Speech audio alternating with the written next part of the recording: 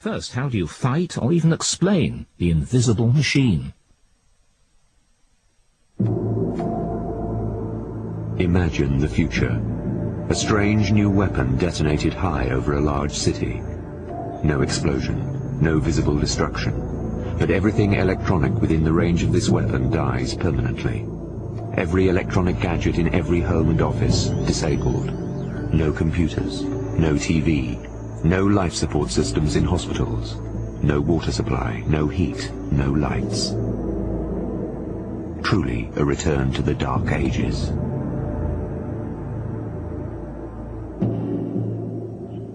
Everything that we've built up in the last 200 years, let alone in the last 20 years, would be completely destroyed, would be non-existent. Imagine the cost that it would be to rebuild our cities. Think of it in terms of transportation. We might even have to pump water. It's at that basic level.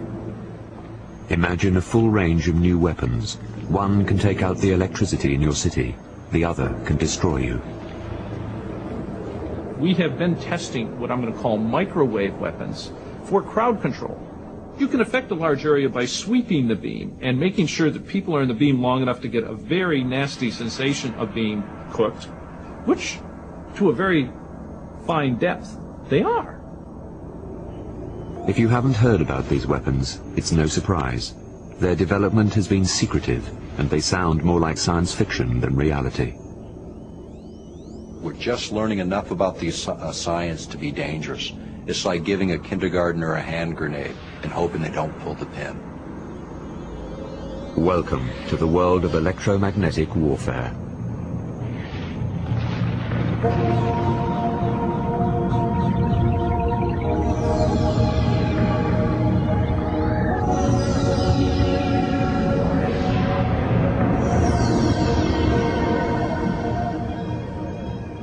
Bell Island, Newfoundland, on the edge of the Atlantic. A uniquely quiet place until one Sunday morning in April 1978. As people made their way to church, a colossal bolt of energy shot straight out of the sky, blasting the peaceful island. Barbara McKim witnessed the bolt from her house in Conception Bay, 20 kilometers from Bell Island. We heard this terrific, loud bang, boom noise. The house shook. The dishes rattled in the cupboards. We ran to the living room window and looked out in time to see an oval-shaped object that was moving very, very quickly, and it just seemed to leave a bit of a trail behind. It was quite loud, quite deafening. There was no wobbly movement or anything, no. It was just a trajectory that was heading toward, as we thought at the time, the ocean, but subsequently did land on the island, yeah. The bizarre beam was seen by dozens as it exploded onto the property of Jim and Susie Beckford, shattering the solemn Sunday morning. Television sets exploded, fuses shot out of the walls, balls of fire tore through houses.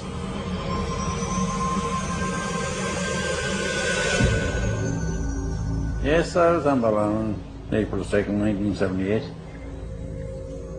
Steve Parsley, neighbour and son-in-law of the Beckfords, had just left the barn when the bolt struck. When we looked there through the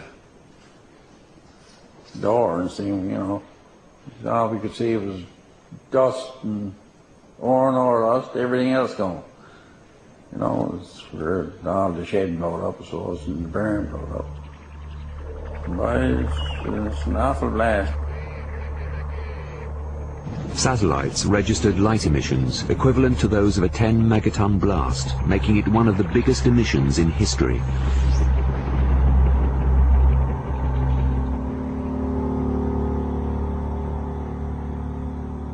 In Ottawa, Canadian military scanners also picked up the 10-megaton blast.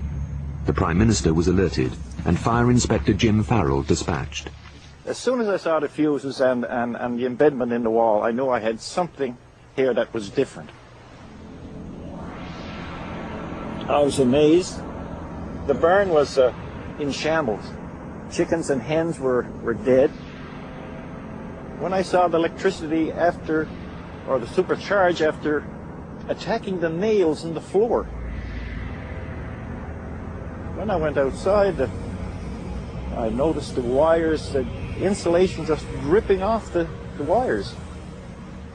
I showed Mr. Beckford. He was amazed. He said, "My God, what was it?" And I said, "Boy, I don't know."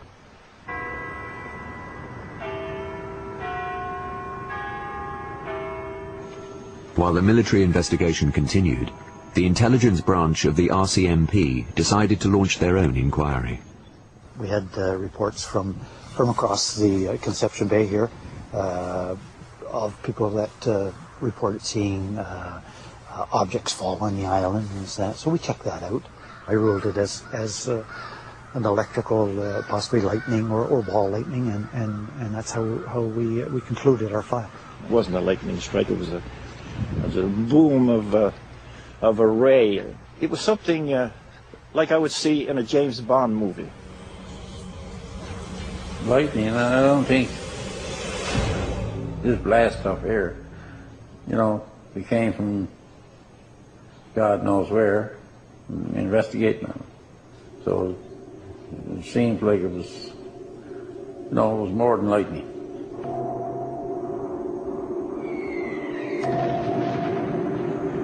The official reports concluded that the blast was caused by ball lightning, but the local residents were skeptical and wondered if it had really been caused by a failed military experiment.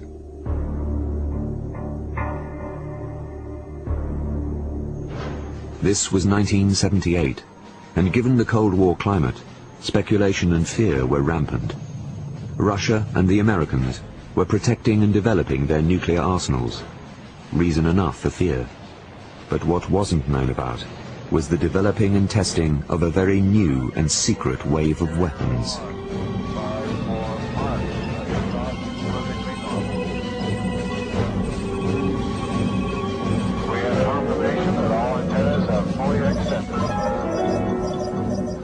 By the time the blast occurred on Bell Island, these electromagnetic or directed energy weapons had been in the works for 30 years.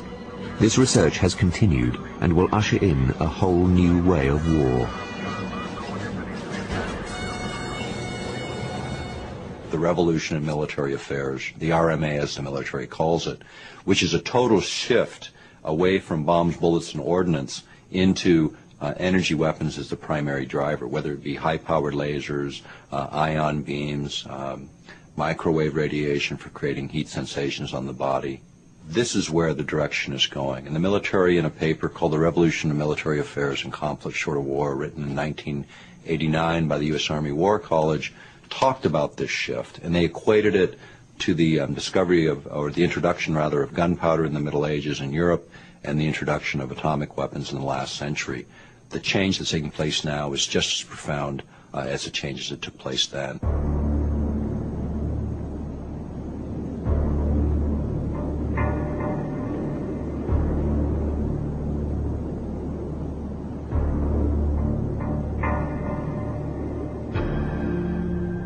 It has been said that the history of mankind is the history of war. If that is true, then the history of man is about to take a frightening leap into the future. Since the beginning of the age of modern science, you've obviously seen a rapid development in rapid improvement in the technology of weapons. It's perfectly obvious. You starting with gunpowder, really. The cannon-bearing ship, the rise of air forces, improvements in explosives, and so on and so forth. When the First World War broke out, all of this military technology and force was unleashed on the world. A generation enjoying the peace and progress of liberal society was amazed and shocked. That war pitched the world into a century of violence.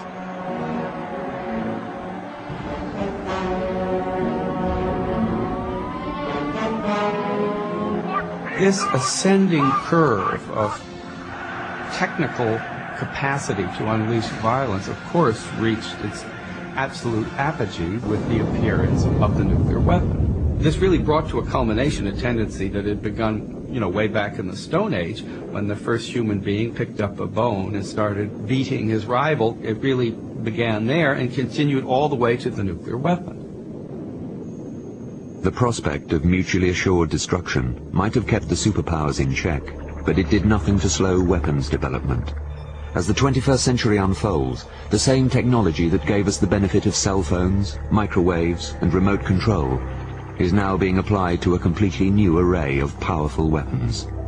A development veiled in secrecy until a certain New York Times reporter started digging. Well, the New York Times wanted to do a story on the new frontiers of military technology, and we have done a lot of work previously on what have been called smart bombs and the satellite-guided munitions. But we really wanted to find really what the next frontier was. And I did some reporting, talking to some military analysts that I know, and also some people actually in the investment community who follow companies that make their money off government contracts. And they mentioned to me this whole new category of weapons known as directed energy or electromagnetic weapons. And that's really how we found out about it. And then we started doing some reporting, and one of the hard things about it was that the government really didn't want to come forward with a lot of information. Most of these programs still remain secret or classified. Manufacturers are now developing a full range of electromagnetic weapons which pack an invisible wallop, hundreds of times more powerful than the electrical current in a lightning bolt. One can blast enemy missiles out of the sky. Another can be used to blind soldiers on a battlefield. Still another to control an unruly crowd by burning the surface of their skin. If detonated over a large city, an electromagnetic weapon could destroy all electronics in seconds. Though their effects may be different, they have one remarkable feature in common. They all use directed energy to create a powerful electromagnetic pulse. What is an electromagnetic pulse weapon? Actually, you can think of it, probably too simply, but not terribly inaccurately, as a lightning bolt on steroids.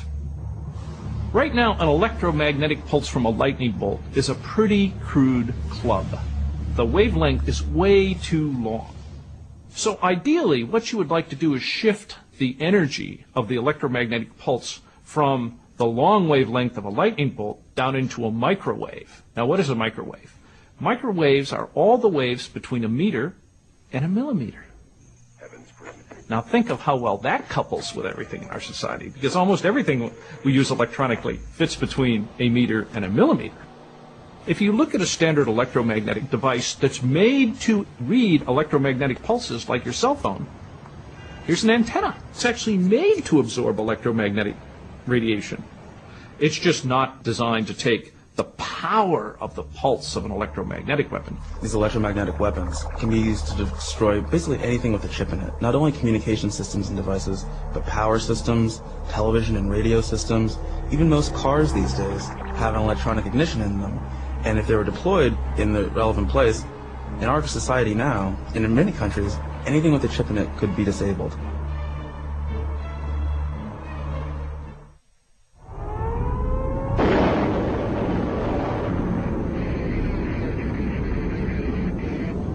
The electromagnetic pulse effect as a weapon really came to our attention quite accidentally during the early atomic tests.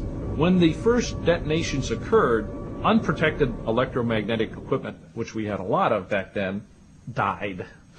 And of course, this came to everybody's attention because a lot of this was instrumentation that was supposed to be recording the effects of the weapon. So, of course, everybody standing around this early destroyed and arced out and melted equipment, shaking their heads and saying, what happened? Especially since there was no wind damage, there was no overpressure damage, there was just fried electrical equipment. Well, it didn't take long after a few tests and iterations to realize there's a huge electromagnetic pulse generated when a nuclear weapon explodes. And a huge electromagnetic pulse is very destructive to unprotected electrical equipment. And then it was sort of like, whoa, there's a weapon effect here. So early in the 50s, at Los Alamos, where they were doing this high-level nuclear work, they said, what about just creating this electromagnetic pulse? And that's where the early work was done on trying to figure out a way to convert explosive energy into electrical energy. And since that time, we've had laboratories and an active research program that's been spending its time develop electromagnetic and high-energy microwave weapons. The Los Alamos lab in New Mexico, the birthplace of the atomic bomb, and an area controlled by the Department of Energy and the Department of Defense. Signs warn visitors that roads may be closed at any time without warning. It's hard to believe that this forbidding place could have any connection to tranquil Bell Island in Newfoundland. But in 1978, they were linked, when defense satellites picked up a light emission far more powerful than that of the Hiroshima bomb.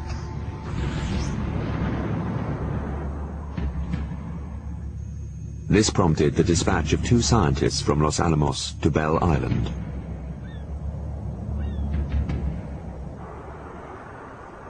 Within 24 hours, 2 investigators, John Warren and Robert Freeman, appeared on the remote island.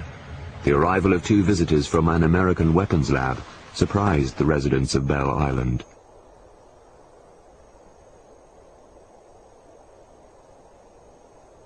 But the situation became even more bizarre with the arrival of a Russian general flanked by US and Canadian military personnel. Why would the Russians cross continents in order to conduct an investigation at the Beckford home?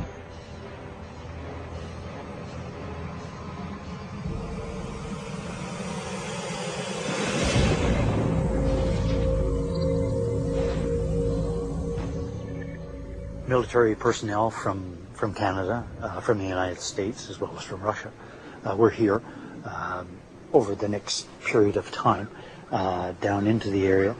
They came to the office and wondered if we had anything different than what they had obtained themselves, which we didn't. We shared stories. However, that's all. They didn't share any of their findings with us. I gave them exhibits that I had seized. They placed the exhibits in a metal box which was properly locked and secured. They were very secretive. They if they wanted to discuss anything, they said, "Excuse us for a moment," and they went a distance and they wrote down notes, and they'd come back and they'd interview me again. Why did Cold War enemies rush to Bell Island to investigate a lightning strike? Maybe it wasn't a lightning strike at all, but as some newspapers and scientists speculated, the result of some military experiment gone terribly wrong.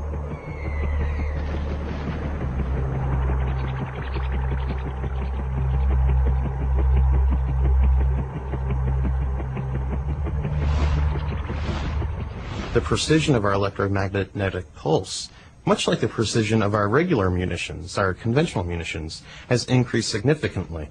So we'll be able to take out the electricity in a city block or in a command and control center, something like that.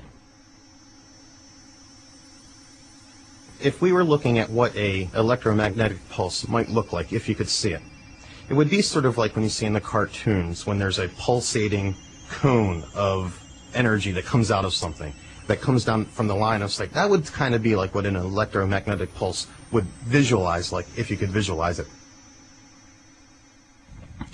Electromagnetic waves come, of course, in all sort of forms. People may not realize that the light that that makes me visible in this moment, all right, is an electromagnetic wave. It's a particular part of the what we call the spectrum of electromagnetic waves that our eyes are sensitive to. Electromagnetic waves are also heat, for example.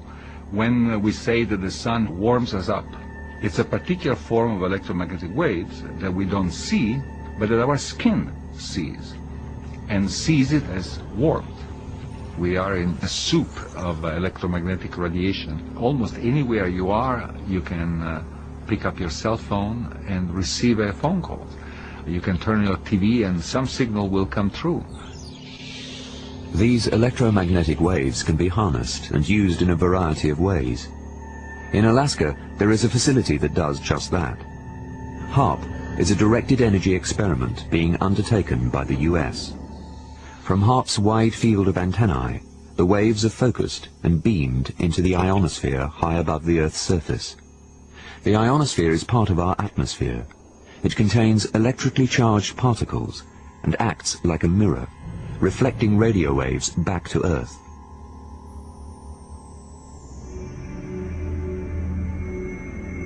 Sending radio waves into the ionosphere can accelerate its particles, heating specific areas.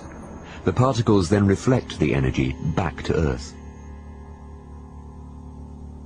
use a system like HAARP and you can create really extreme levels of power. HAARP, by sending energy up into the ionosphere in the right frequency range, can tap energy that's already there and actually convert it for use within the system. HAARP is so powerful that it can actually cause the ionosphere to pulse in harmony with its signal. The HAARP signal can be used as over-the-horizon defensive radar that can detect incoming missiles and aircraft. To do that, HAARP uses two different systems. One to create a plasma mirror, and the other to bounce the signal. Once enemy missiles are detected by HAARP, the military could use a variety of directed energy weapons to blast enemy targets out of the sky.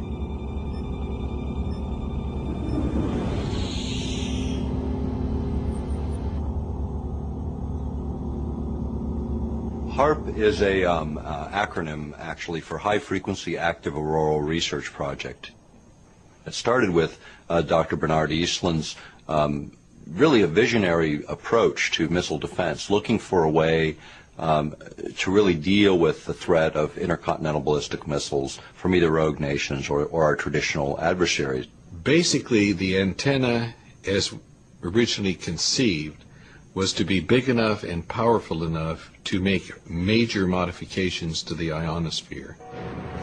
This was all done at the height of the Cold War, and my focus was on defense against a major Russian missile attack. The plan was to make a shield over Canada, over the United States, over the whole world, which a missile could not penetrate. While the Americans were developing this technology, the Russians were conducting similar experiments. Some speculated that the Belle Island blast was the result of Soviet testing of directed energy weapons.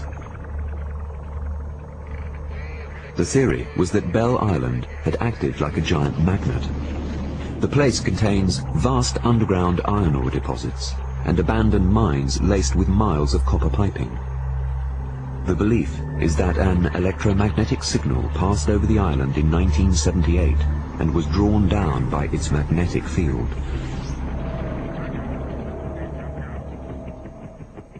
The Belle Island event is a unique event, and I have not heard of repeat events, so it's very hard to really pin down what happened there. But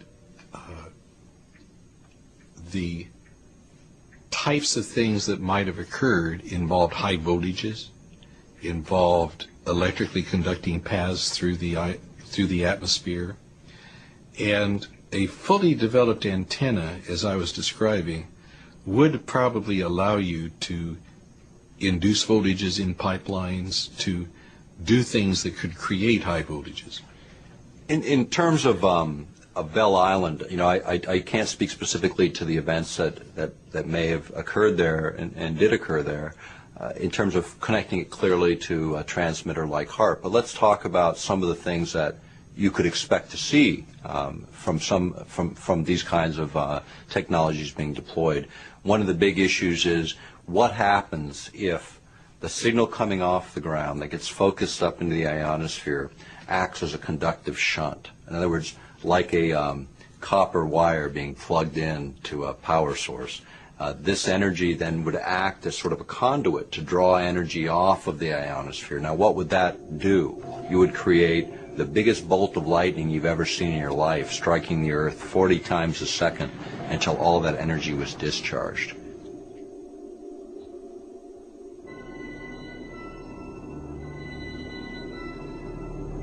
Although little was known about electromagnetic weapons until recently, the science is not new. This research started quite some time ago, in fact even before the Second World War. And the reason I think that it has only sort of come, if you can put it that way, to fruition now, is first of all that the electronic world has become so dominant. The web, the internet, and this sort of a pervasive global electronic networks, which now become so substantial that they become military targets. So if you can cripple whatever makes this global network vibrant and active and useful, you have a powerful advantage. The battlefield may already have changed. There was speculation that the weapons were used in combat in Kosovo in 1999. Then, during the war in Iraq in 2003, it was reported that a top-secret version of the Tomahawk cruise missile was fired. Shortly after the launch, the lights went out in Baghdad, though no physical damage was seen at the power plant. What we do know is that if a high-powered microwave E-bomb were deployed, it would have to be launched with a Tomahawk cruise missile. I believe, and my military sources indicate to me, that these devices have been used perhaps for the first time in Iraq, yes. But there's been no public confirmation of that. Are the days of shock and awe drawing to a close, to be replaced by invisible weapons and invisible machines? E-bombs, lasers, masers and microwaves will use directed energy to blow missiles from the sky, neutralize the enemy without bloodshed, and attack communication systems, throwing command and control centers into chaos.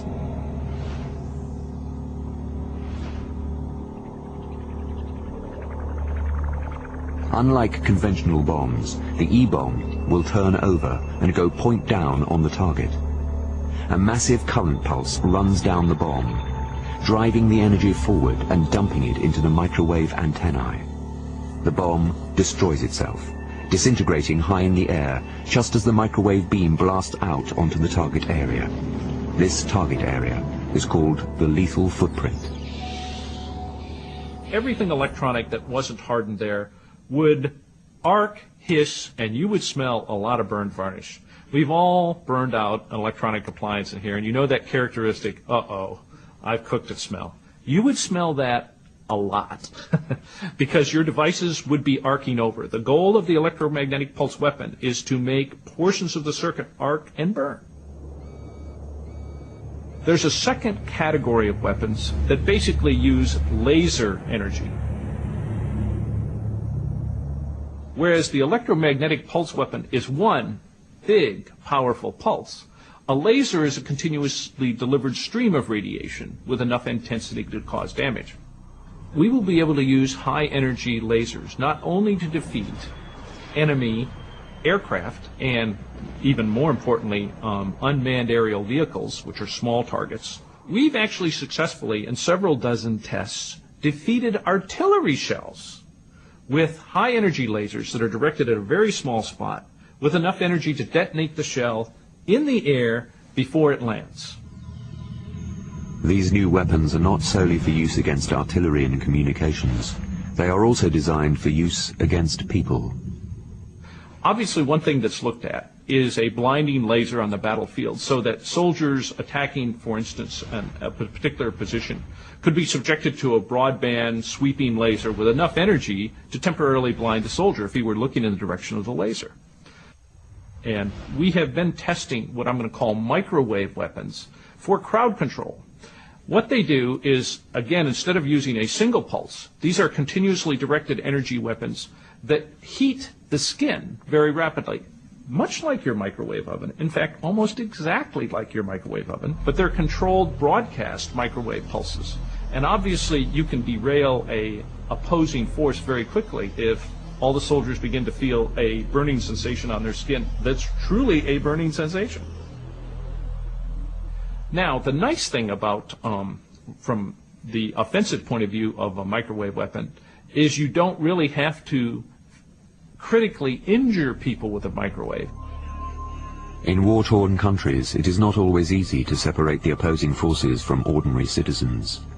By using non-lethal directed energy weapons, similar to the benign red laser pointers or supermarket scanners, the military could stop their opponents without causing them permanent injury.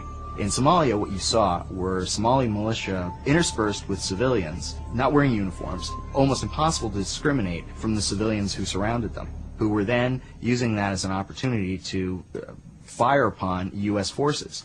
In a situation like that, the ability to disperse that force using a non-lethal system would be very advantageous and eliminates the the situation of you having to fire upon civilians in an environment where that's the last thing that you really want to do. Obviously, if your goal is to cause your opponent to desist in whatever he's doing that you don't like, as opposed to killing him, then these are ideal weapons. And as we become more civilized, and as the face of war gets more widely broadcast, the days where I think it would be politically acceptable to create mass carnage on the battlefield like was in World War I, those days are past politically. So, in point of fact, as a reality, we must have weapons that make war, if you will, to the extent it can be, make war in a more civilized manner. Electromagnetic weapons could be more civilized than conventional weapons, but the long-term effects of the atomic bomb were at first downplayed and poorly understood. Yes, atomic warfare staggers the imagination. But atomic warfare is still the old story. Get there fastest with the mostest. And because automatic bombing, although in the predictable future, is still not yet here, the best way to get the mostest there the fastest is by the wings of the Air Force. Every weapon has its unintended and its unexpected consequences. You only have to look at the nuclear weapon to see that. We see the Gulf War syndrome, now believed perhaps to be traceable back to exposure to chemicals during that war, maybe to the Debused again in the new war. They're not really sure about it. Nevertheless, it's acknowledged that they have had health effects that the veterans of other wars did not have, and they're being compensated by the government.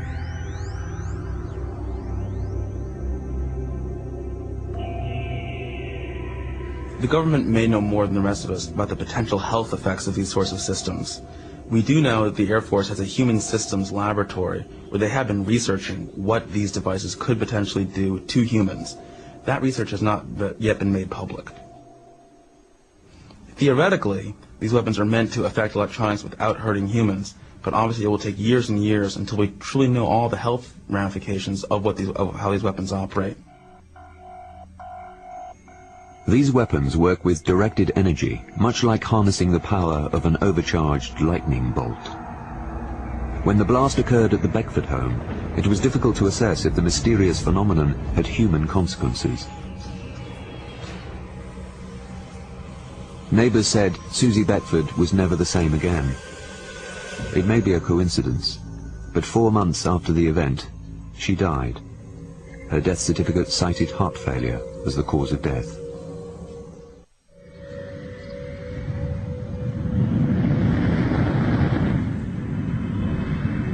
Well, it's been suggested that these weapons are more humane because they attack technology, computers and so forth, rather than human beings, and the VMADs attack the human in a non-lethal way.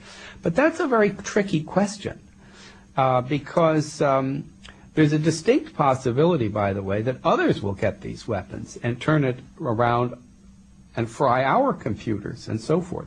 And believe me, the job of protecting weaponry from the electromagnetic pulse is one that has not been solved and may not really in principle be solvable.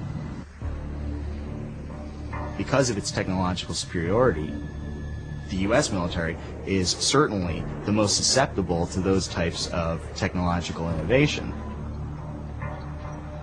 And that's why other countries who realize they can't take the U.S. military on in a fair fight are interested in developing these types of things because they think it's going to help them to even out the playing field.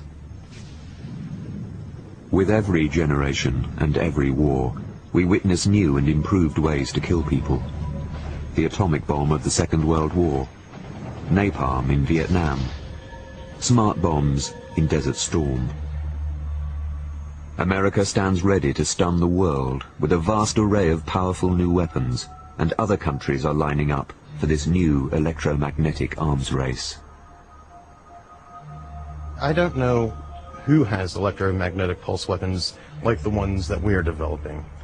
The reality is probably countries like China and Russia. Both do have very advanced military technology. China, for example, is at the upper tier of laser technology and things like that. So, I think those are the three countries who will develop this technology. Perhaps India might be able to do it. Because these electromagnetic weapons are so new, they are not controlled by treaties that cover conventional weapons. The United States has plans to build a missile defense shield over Canada's north to shoot down incoming ballistic missiles. This could lead to the deployment of electromagnetic weapons in space and unleash forces too powerful to control.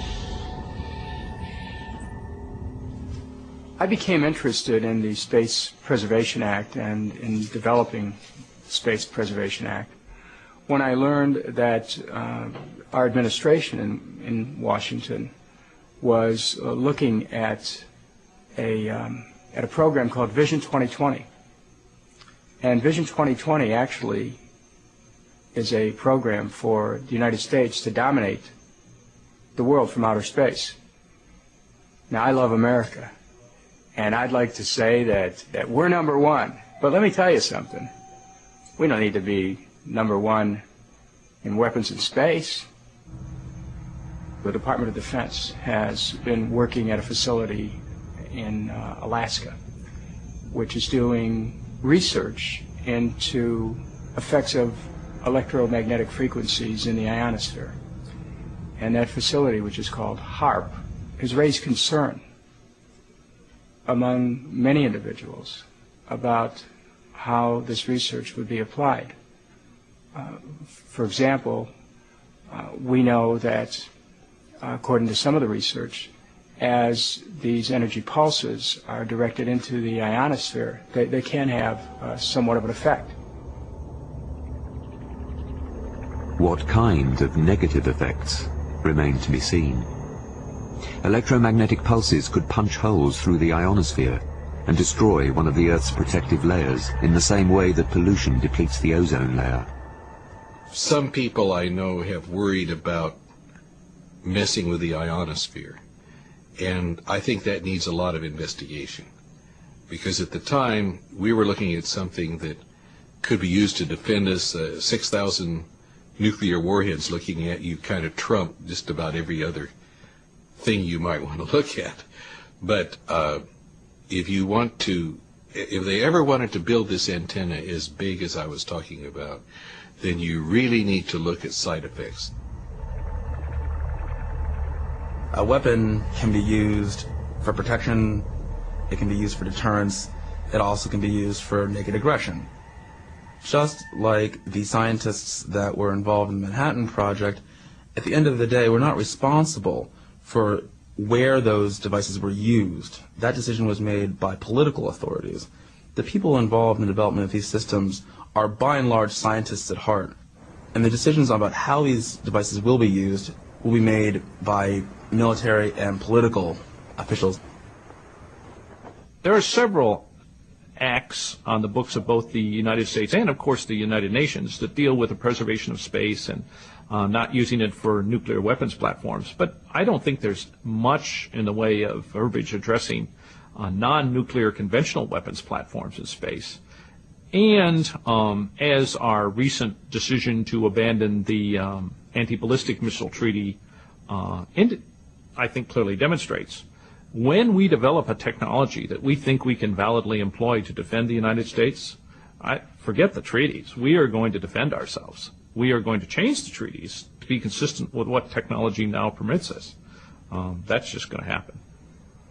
Since 9/11, the temperature of the country has changed. I mean, to a very strongly pro-military view of the world. And at the same time, the risks, or things that were thought of even a couple of years ago as things we wouldn't take, risks we wouldn't take, now people are more willing to take them in exchanging what they think is safety, security for their own personal liberties and use of new technologies that might have other impacts that are unanticipated. Directed energy is such a powerful technology, it could be used to heat the ionosphere to turn weather into a weapon of war. Imagine using a flood to destroy a city, or tornadoes to decimate an approaching army in the desert.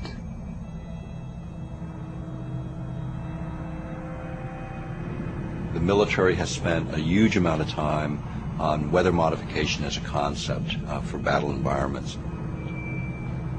Most people don't know, but the United States signed treaties with the former Soviet Union and 60 other countries in the mid-1970s where we agreed not to use geophysical manipulation as weapons of war. Presently, the treaties only allow us to do that within the boundaries of our own country. The reality is you can't contain weather by artificial boundaries. Should we worry when America says it wants to reopen weather modification treaties? What kind of nightmare would be unleashed if we continue along this path? Although we tend to think of weapons in the context of war, police and the military have often used pepper spray, tear gas and water cannons to control unruly civilians. Microwave weapons, too, could be turned on ordinary citizens, but will they always be used in a non-lethal way?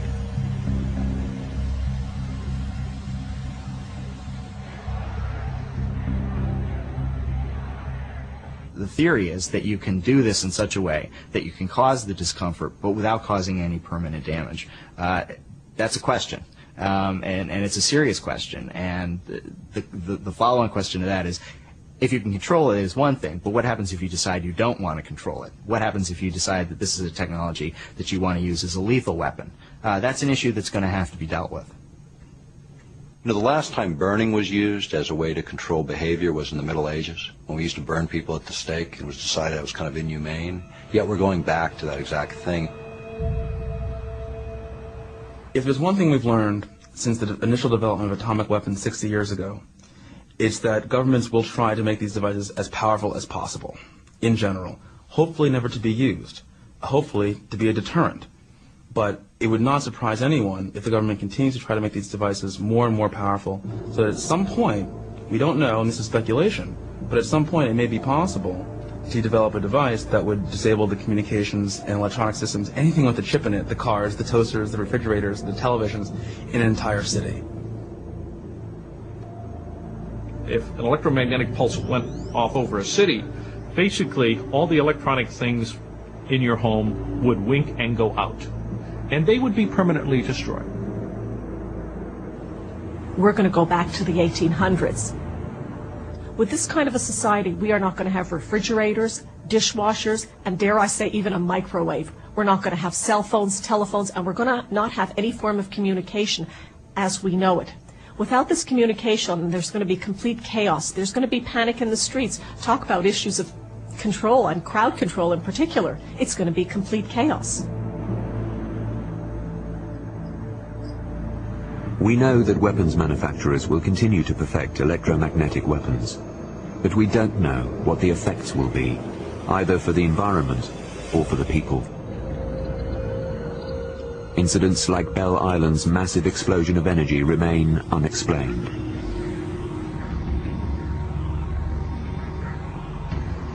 Many believe that it was the result of a failed military experiment.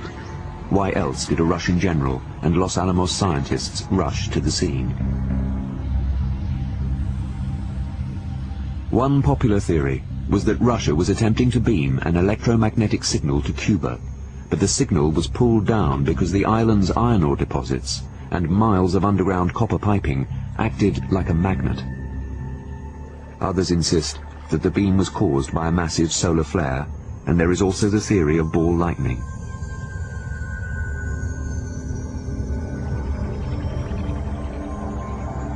We may never know what really happened on Bell Island, whether the beam was a weapon or a natural phenomenon, but we do know that weapons which will copy the Bell Island blast are the future of warfare.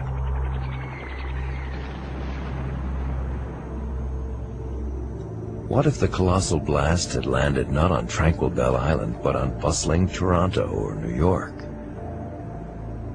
What damage would it have done in a densely populated electronic jungle? The point is, when you start looking at affecting human beings, I think we need to be involved in that discussion. Human beings need to be having that debate. If we're going to develop new weapon systems that potentially are going to change the shape of war within the democracies, particularly those that are strong and controlling the military forces of the planet right now, we ought to have those discussions, and they're not taking place. So you never know probably for years, what the long-term effects of the use of any weapon is going to be, and especially one like this that depends on sort of these intense bursts of radiation, electromagnetic radiation.